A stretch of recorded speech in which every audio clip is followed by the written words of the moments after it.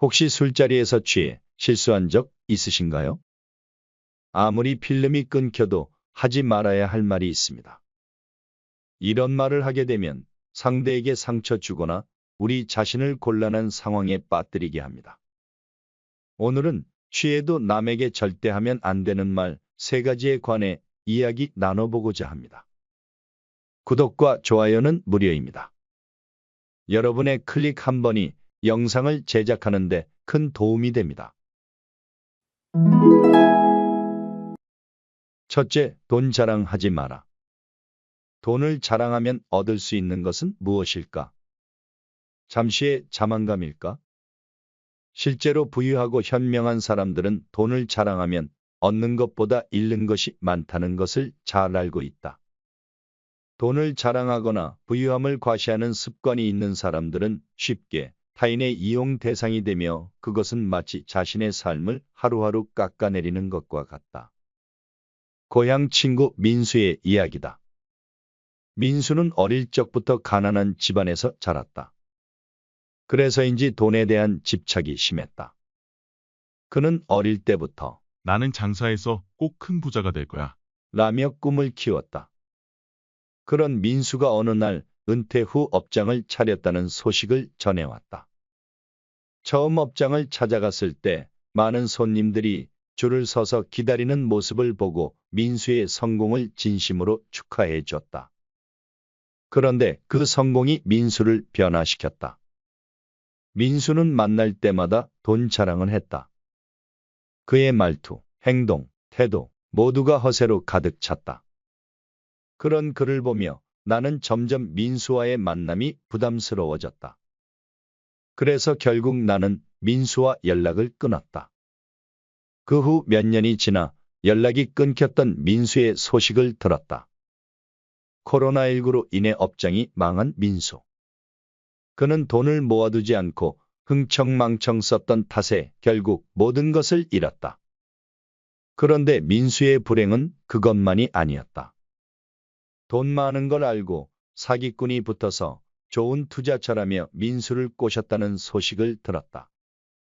민수는 그 말에 혹해 모든 재산과 은행의 빚까지 져가며 투자했지만 결국 사기를 당해 모든 돈을 잃었다. 과거 민수가 잘 나갈 때 그 친구에게 돈 자랑 좀 그만해 라고 말렸더라면 민수의 인생이 달라졌을까? 돈을 많이 벌어 우쭐해지는 것은 이해할 수 있다. 하지만 그것을 남에게 자랑하게 되면 주변의 돈 냄새를 맡은 똥파리들만이 꼬일 뿐 이득은 없다는 것을 민수의 이야기를 통해 다시 한번 깨닫게 되었다. 이처럼 아무리 돈이 많다 해도 지인들 앞에서 돈을 과시하거나 부유함을 드러낼 필요는 없다. 돈을 과시하거나 부유함을 드러내면 그것은 불필요한 시선을 끌게 되고 그로 인해 얻는 것은 부정적인 결과뿐이다. 우리 주변에는 남의 성공을 부러워하는 사람들이 항상 있다. 이런 사람들에게 도움을 주거나 선물해도 그들의 마음은 쉽게 바뀌지 않는다. 그들이 나를 싫어하는 것이 아니라 그저 돈에 대한 부러움이 질투로 나타나는 것이다. 이런 사람들은 내가 사소한 실수를 해도 돈을 벌었기 때문에 변했다고 말한다. 선물을 주면 고마워하면서도 뒤에서 나를 비난하고 아무것도 주지 않으면 인색하다고 말한다. 그리고 돈 자랑은 사기꾼이나 이용하려는 사람들에게 자신을 노출하는 것과 같다. 그 결과로 사기를 당하거나 돈을 빌려달라는 요청을 받게 될 것이다. 심지어는 강도나 범죄자에게 표적이 될 수도 있으며 이는 본인의 안전을 위협할 수 있는 행동이다. 만약 그래도 돈 자랑을 하고 싶다면 돈 빌려줄 각오를 하고 최소한 밥은 무조건 사야 한다는 생각으로 말하라. 있는 채 하면 반드시 똥파리와 하이에나 같은 인간 사기꾼들이 몰려들 것도 각오해야 한다. 또한 투자 기회라며 돈을 요구하는 사람들에게 혹해서 돈을 주게 되면 그 순간부터 그 돈은 내 돈이 아니라 그들의 돈이 된다. 그러기 때문에 절대 지인이나 주변 사람들, 심지어는 자녀에게도 돈을 자랑하거나 부유함을 과시해서는 안 된다. 결국 돈을 자랑하거나 부유함을 과시해서 얻을 수 있는 이익은 전혀 없다. 그러니 이것은 절대로 하지 말아야 할 행동이다. 이것을 명심하고 다시 한번 명심해야 한다. 둘째, 상대가 소중히 여기는 것을 비판하지 마라. 내가 소중히 여기는 것을 누군가가 비웃으면 화가 나지 않는가? 내가 볼 땐 아무리 사소하고 보잘것없는 것이라 해도 그것을 무시하거나 비판하면 안 된다. 오랜만에 어느 부부가 레스토랑에서 즐거운 저녁 식사를 마치고 달빛 아래 차를 타고 집으로 돌아가는 길이었다. 그들의 얼굴에는 결혼기념일을 맞이해 행복이 가득했다. 그러나 그 행복은 잠시였다. 갑자기 옆 차선에서 깜빡이도 없이 차가 끼어들었다. 사고가 날 뻔한 상황에 남편은 순간 놀라서 빵하고 클락션을 울렸다. 그래도 분이 풀리지 않았는지 남편은 그 차 옆에 가까이 붙더니 야, 발 운전 똑바로 못하냐? 하며 창문을 열고 화를 내며 외쳤다. 그러자 그 차 조수석 창문이 열리더니 등치가 황소만한 무섭게 생긴 남자가 나타났다. 뭐라고? 다시 말해봐, 영감탱이야. 그의 목소리는 더욱 무서웠다. 아내는 순간 보복이 무서워 남자의 화를 식혀야 했다. 그래서 그녀는 빠르게 말했다. 이 사람, 지 엄마한테 배워서 말투가 저래요. 이 사람 엄마가 아주 못 말리는 욕쟁이였거든. 그러니 무시하셔요. 그러나 그 말은 남편에게 큰 상처를 주었다. 아니요, 우리 어머니는 훌륭한 분이었어. 남편이 대꾸했다. 그렇게 서로는 집에 가는 길 내내 서로의 가정사를 들먹이며 가시도 친 말을 쏟아냈다. 결국 그들의 결혼기념일은 서로를 상처 주는 말로 끝이 났다. 그러니 우리는 상대가 소중히 여기는 것을 비판하면 안 된다. 특히 그것이 사람이라면 더욱이 조심해야 한다. 상황 때문에 어쩔 수 없이 한 행동이었다 하더라도 그것은 현명하지 못한 방법이다. 이러한 말실수는 평생 상대에게 잊지 못할 큰 상처만 남긴다. 그리고 그 상처는 결국은 우리 자신에게 돌아오게 된다. 그리고 상대방이 중요하게 생각하는 사람, 즉 부모나 배우자 등에 대한 비판에도 절대 동조하지 말아야 한다. 그러면 왜 내 부모를 네가 욕해? 라는 반발만 만들 뿐이다. 우리는 단지 상대방의 고민을 경청하고 가능한 해결책이 있다면 제안만 해주는 것이 좋다. 상대도 깊이 모르는데 상대가 소중히 여기는 사람을 어떻게 알 것이며 그들 사이의 내밀한 속사정을 제3자가 판단하는 것은 불가능에 가깝다. 괜히 편들어 줬다가 나중에 원망만 듣는다.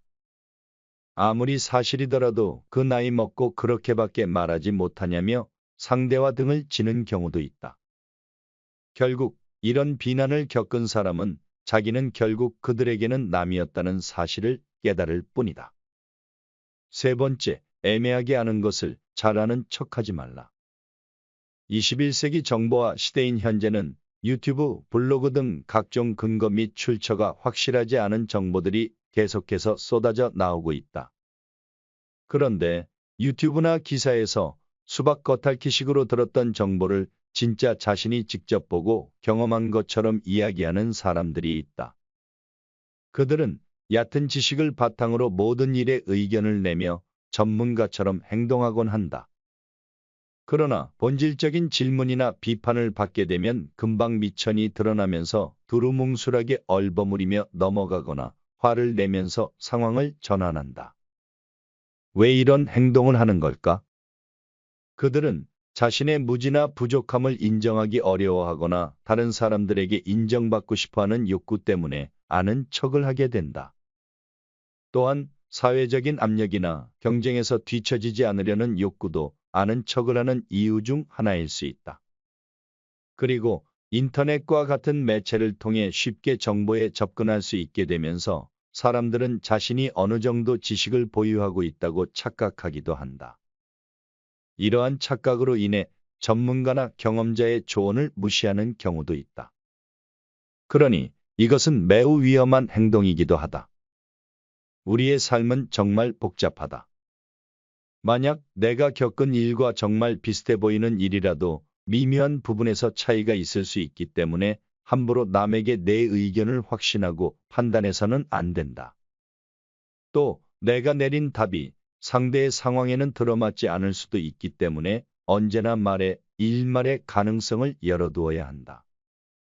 안 그러면 일이 틀어졌을 때 모든 원망의 화살이 당신에게 향할 수 있기 때문이다. 그러니 모든 것을 쉽게 단정 짓지 마라. 어설픈 단정은 틀림없이 오류를 남기게 된다. 상대의 말에 대한 답변으로 절대와 원래를 말습관처럼 자주 사용하는 사람들의 특징은 본인의 아집이 강한 경우가 많다. 문혼리에 가로막혀 스스로가 자가당착에 빠지지 않으려면 평소 대화를 하면서 이런 말을 조심해야 할 것이다. 사람은 인생을 살아가면서 다양한 가능성이 존재하지만 종종 두 가지의 가능성만을 고려하는 이분법적 사고에 빠지는 경향이 있다. 즉, 세상에는 이것이 아니면 저것이라는 두 가지의 답만 있는 것이 아니라는 사실을 알고 있음에도 불구하고 우리는 종종 이분법적인 태도를 취해 자신을 논리적인 모순에 빠뜨리는 경우가 많다는 것이다. 그러니 보다 유연한 사고로 다양한 해답을 찾을 수 있도록 평소 꾸준히 노력하라. 답을 찾는 것이 쉽지 않을 땐 차라리 입을 닫고 귀를 열자. 전에 책에서 사람은 자기 말을 잘 들어주는 것만으로도 대화가 잘 통한다고 믿는다라는 글을 본 적이 있다. 이 말인즉슨 상대의 말을 경청하면 호감까지 덤으로 얻을 수 있다는 것이다. 이렇게 이점이 많은데도 왜 자꾸 입을 열어 자신을 깎아내리는가? 알아도 모른 척, 있어도 없는 척하며 될 수 있으면 말하는 쪽보다 상대방의 말을 경청하는 쪽이 되어야 한다. 또 말이란 게 단지 감정 표현의 수단처럼 보일 수 있지만 그 말이 다른 사람에게 전달될 때는 완전히 다른 의미로 해석될 수 있다. 따라서 말을 할 때는 신중함과 조심스러움이 필요하다.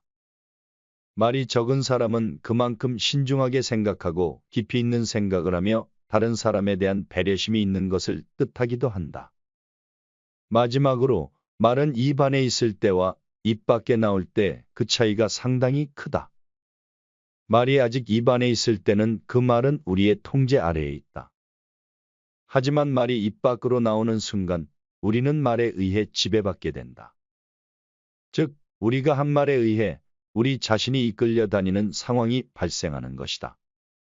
이러한 이유로 우리는 나이 들수록 말의 힘과 그에 따른 책임이 더 무거워진다는 사실을 잊지 말아야 한다. 지금까지 남에게 절대 하면 안 되는 말 3가지에 대해 알아보았습니다. 많은 도움이 되셨길 바라며 인생의 여정이 행복으로 가득 차도록 다음에 더 좋은 내용으로 동행하겠습니다. 끝까지 시청해 주셔서 감사합니다. 구독과 좋아요 한 번씩만 꼭 부탁드립니다.